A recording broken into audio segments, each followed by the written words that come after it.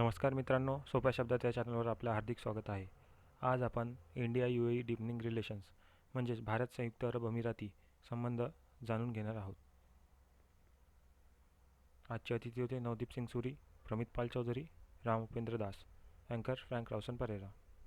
तुमची प्रतिक्रिया किंवा सल्ला असल्यास अवश्य कळवा मित्रांनो आणि आमच्याशी जुळा, सबस्क्राईब करा. तर भारत संयुक्त अरब अमिराती म्हणजे त्याचा शॉर्ट फॉर्म लिहिलेला आहे. संयुक्त आयोगाच्या बैठकीतून कोणते महत्त्वाचे निष्कर्ष निघतात. तर या म्हणजे याचा व्हिडिओचा उद्देश असा की 18 तारखेलाच 13वं सेशन झालं, म्हणजे 13वं सत्र झालं. भारत आणि संयुक्त अरब अमिरातीचं संयुक्त जे आयोग होता त्याच्यावर मीटिंग होती. कशावर होती? व्यापार, आर्थिक गोष्टी आणि तंत्रज्ञान म्हणजेच ट्रेड, इकॉनॉमिक आणि टेक्निकल कोऑपरेशन या गोष्टीत सहकार्य करायची. तर ही कोणत्या स्तरावर होती? तर परराष्ट्र मंत्रालयावर. भारताकडून भारताचे परराष्ट्र मंत्री आणि संयुक्त अरब अमिरातीकडून संयुक्त अरब अमिरातीतले परराष्ट्र मंत्री. तर त्यानंतर याच्या आधी एक अजून अशीच पद्धत होती, high level task force on investment म्हणजेच उच्चस्तरीय कार्यदल इन्व्हेस्टमेंटवर. आता आपले संबंध एक प्रकारे लेबर म्हणजे आता संयुक्त अरब अमिरातीशी आपला संबंध असा की आपले पुष्कळसे लोक तिथे कामाला जातात, त्याला ब्लू कॉलर जॉब्स म्हणतात. तर सुरुवातीला फक्त ह्याच कारणासाठी आपले संबंध होते, पण आता ते डायव्हर्सिफाय किंवा त्याच्यात भिन्नता येत आहे आणि इतर क्षेत्रातही भारताचे आणि संयुक्त अरब अमिरातीचे संबंध वाढत आहे. आता संयुक्त अरब अमिराती म्हणजे अबुधाबी इन्व्हेस्टमेंट अथॉरिटी नावाची तिथे एक सॉवरिन वेल्थ फंड आहे. सॉवरिन वेल्थ फंड म्हणजे ज्यांच्याकडे अशी गुंतवणुकीसाठी एक्स्ट्रा पैसा असेल, जास्त पैसा असेल किंवा जे जगभरात गुंतवणूक करतात अशी एक संस्था आहे संयुक्त अरब अमिरातीतली, अबुधाबी. तर म्हणजे आपल्या इथे जो national infrastructure investment fund launch झाला होता NIIF, त्याच्यातला पहिला गुंतवणूकदार होता तो. $1 बिलियन म्हणजे जवळपास 7,000 कोटी रुपये त्यांनी गुंतवलेले होते. तर यावेळेस नवीन काय आहे? तर आधी तर खूप साऱ्या क्षेत्रात कॉर्पोरेशन होतं, हायवे, रेल्वे वगैरे इत्यादी. आता यावेळेस पोर्ट्स म्हणजे जे आपले बंदरे आणि एअरपोर्ट्स म्हणजे आपली हवाईपट्टी आणि एरोड्रम वगैरे याच्यात. तर त्यांच्या म्हणजे मेन प्रश्न असा राहते अबुधाबी इन्व्हेस्टमेंट अथॉरिटीचा किंवा इतरही. आता हे प्रोजेक्ट आहे, हायवे आहे, रेल्वे आहे, हे मोठमोठाले कन्स्ट्रक्शन आहे. तर याला माहिती आहे का लाँग टर्म पैसा लागतो. आता बँक आपल्याला माहिती आहे एवढा म्हणजे शॉर्ट टर्म पैसा देत असते, कारण की त्यांना रिटर्न्स पण पाहिजे असते. तर हे जे फंड घेऊन बसले आहे अबुधाबी इन्व्हेस्टमेंट अथॉरिटी आहे, कॅनेडियन पेन्शन फंड आहे. तर यांचा फंड आपण म्हणजे इतका म्हणजे चांगला असतो, लाँग टर्म फंड असतो. 20-25 वर्षासाठी दीर्घ मुदतीची गरज असते, तर तो इथून पूर्ण होऊ शकते. त्याच्यामुळे आपले संबंध आर्थिक क्षेत्रात अजून वाढवलेले नक्कीच चांगले असतील.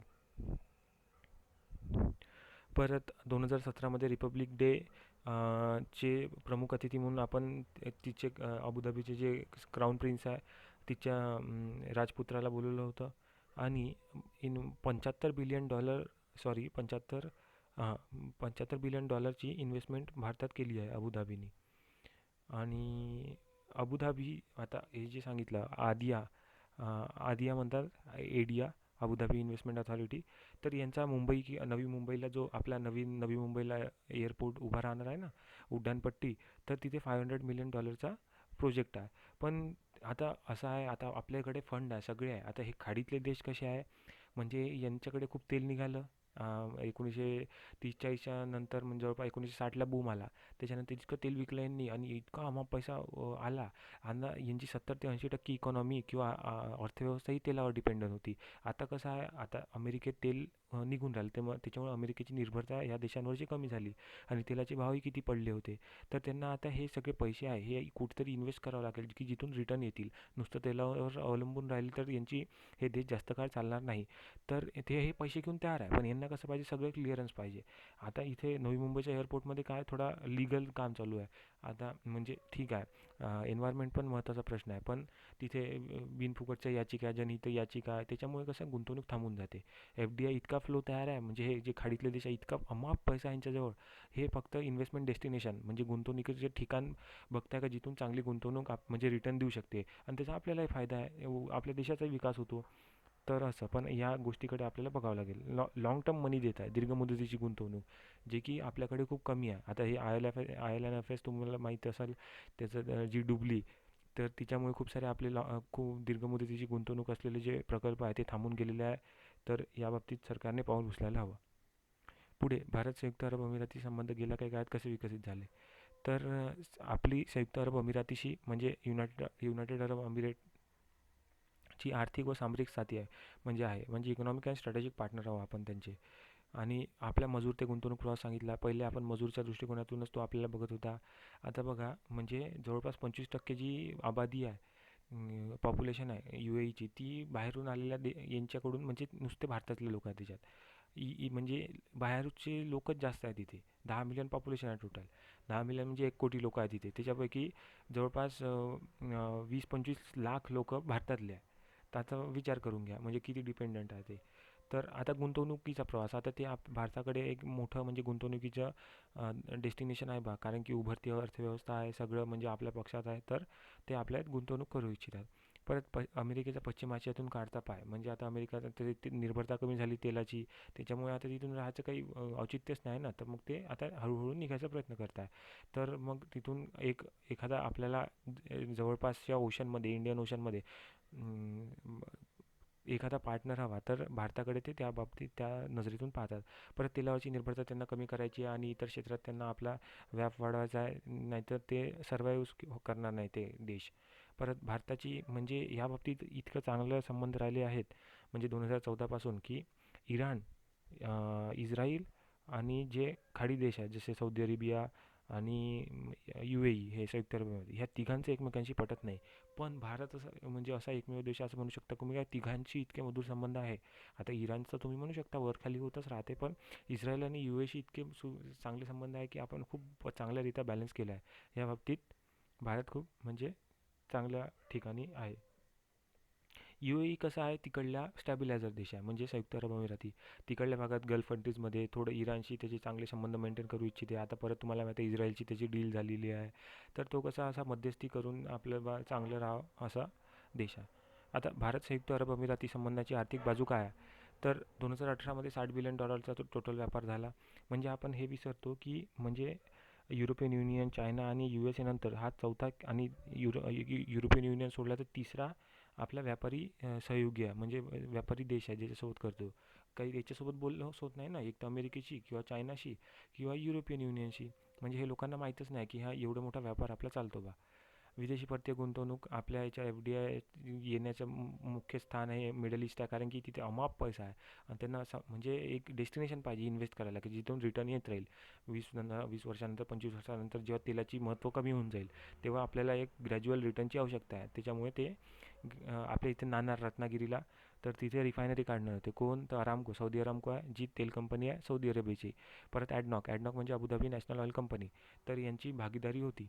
पण आता त्या प्रकल्पाला विरोध होता, तर तो प्रकल्प म्हणजे कुठे दुसरीकडे हलवण्याचा विचारात आहे.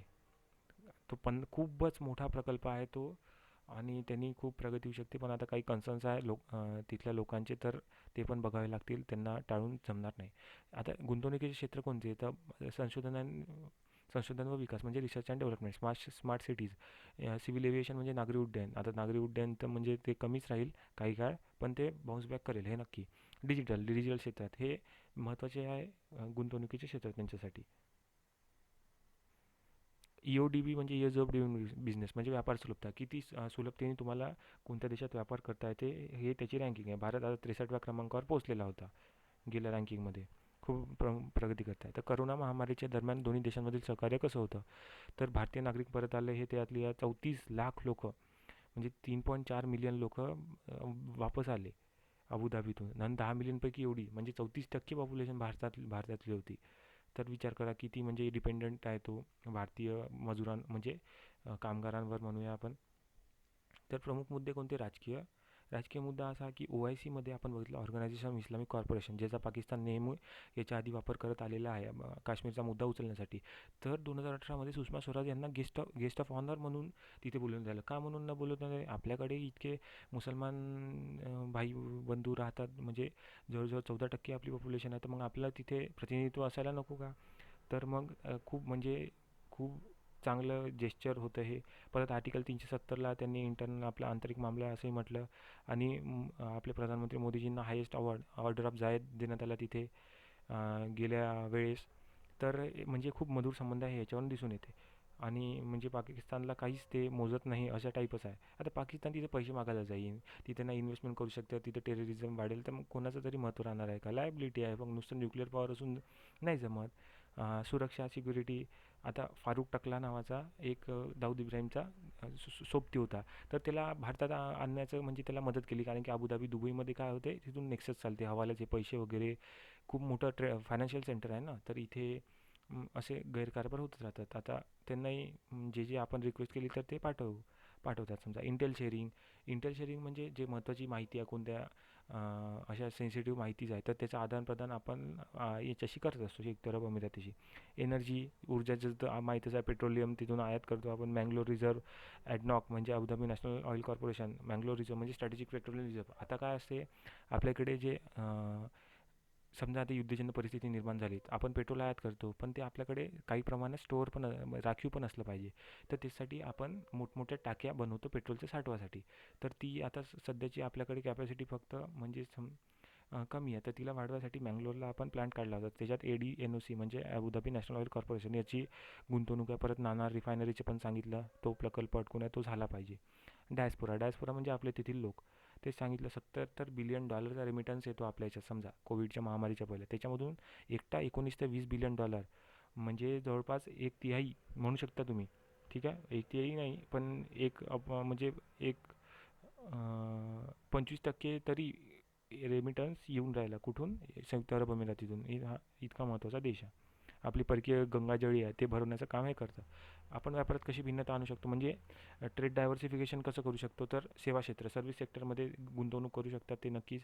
शिक्षण व आरोग्य आधीच सांगितलं. आपलं कसं आहे, भारत आणि संयुक्त अरब अमिरातीचा फूड कॉरिडॉर आहे. ते फूड डिपेंडंट आहे, म्हणजे कसं पाणी तर ठीक आहे ते बनवून घेते तिथे, पण अन्न पण तिथे जास्त उगत नाही, त्याच्यामुळे ते इम्पोर्ट करण्याचं पार्ट आहे. आता चिकन वगैरे ते ब्राझीलहून आयात करतात इतक्या लांबून, तर जवळ भारत आहे, तर आपण फूड कॉरिडॉरने ते तिथे पाठवू शकतो. भारतात खूप साऱ्या प्रमाणात चिकन आपण निर्यात करू शकतो. आणि परत हे ह्याच देशाची न करता याच्याशी तर इस्टॅब्लिश झाला, परत सौदी अरेबियाशी, ओमानशी, मस्कटशी करू शकतो आपण हाच फूड कॉरिडॉर एक्सटेंड करून. अजून संबंध मजबूत करण्यासाठी काय करावे लागेल? अडचण काय आहे महत्त्वाची, प्रचंड गुंतवणूक येत आहे, तयार आहे, पण ती वळती करण्यात अपयश आहे. कारण काय, लीगल हर्डल्स, पॉलिसी चॅलेंजेस. आता म्हणजे अशी गोष्ट आहे, ते फंड घेऊन बसून आहे. लाँग टर्म पेन्शन फंड म्हणा, आता पेन्शन माणूस समजा 25-30च्या वयात लागलं तर एकदम 30 वर्ष त्याचा पैसा तिथेच राहतो, 60 वर्ष होतपर्यंत. तर 30 वर्ष काम राहते, तर तेवढे तो 20-25 वर्ष आपल्याला लाँग टर्म इन्व्हेस्टमेंट लागते, हायवे म्हणा किंवा इतर पूर्ण रिकवर व्हायसाठी म्हणा, तर तो यायला तयार आहे, पण हे हर्डल आहे. आणि जापानचा फंड आहे, कॅनेडियन पेन्शन फंड आहे, ते यांचंही हेच आहे, पॉवर रेल प्रोजेक्ट यांना कंप्लीट व्हायला वेळ लागतो ना, आणि रिकवर व्हायला पण वेळ लागतो. तर असं. आणि आता एक अजून याच्यात सांगण्यासारखी गोष्ट अशी, की संयुक्त अरब अमिरातीचे जे फंड मॅनेजर्स आहे, म्हणजे जे हे जो पैसा जो मॅनेज करतात ज्याचं, तर ते आहे युरोपीय, म्हणजे नागरिक आहेत, युरोपीय फंड मॅनेजर्स आहे यांचे. तर त्यांचा भारताबद्दल आहे नाही म्हणते, म्हणजे तो आउटलुक नाही आहे की भारत इन्व्हेस्टमेंटसाठी इच्छुक आहे. तर त्या बाबतीत एक थोडा टेक्निकल कन्सर्न आहे. सैन्य क्षेत्र आपल्याकडून आपण जास्त हत्यार तर बनवत नाही म्हणा, पण ठीक आहे, आता सुरू केलं आपण बनवणं, तर आर्टिलरी वगैरे म्हणजे घेण्यासाठी प्रक्रिया सुरू केली होती संयुक्त अरब अमिरातीने, पण तेच कासवगतीने प्रगती सुरू आहे, लवकर काही त्यात सुधारणा नाही. पुढील वाटचाल काय आहे, तर राजकीय संबंध म्हणजेच एकदमच चांगले आहे. मोदीजी आणि मोहम्मद बिन जायद, MBZ म्हणतात त्यांना, त्यांच्याशी.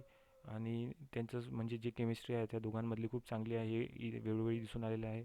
आपले व्यापक आर्थिक व सामरिक सहयोग म्हणजे comprehensive economic and strategic partnership ही आपण त्यांच्याशी विकसित करू शकतो.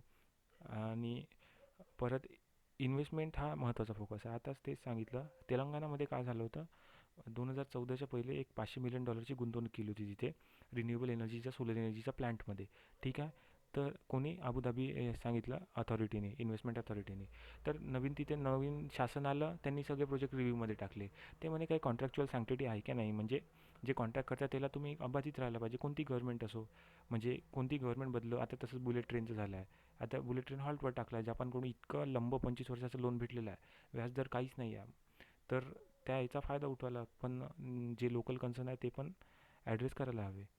GVKची डील आहे मुंबईची, तर तसंच. तर सबस्क्राईब आणि शेअर करा. धन्यवाद.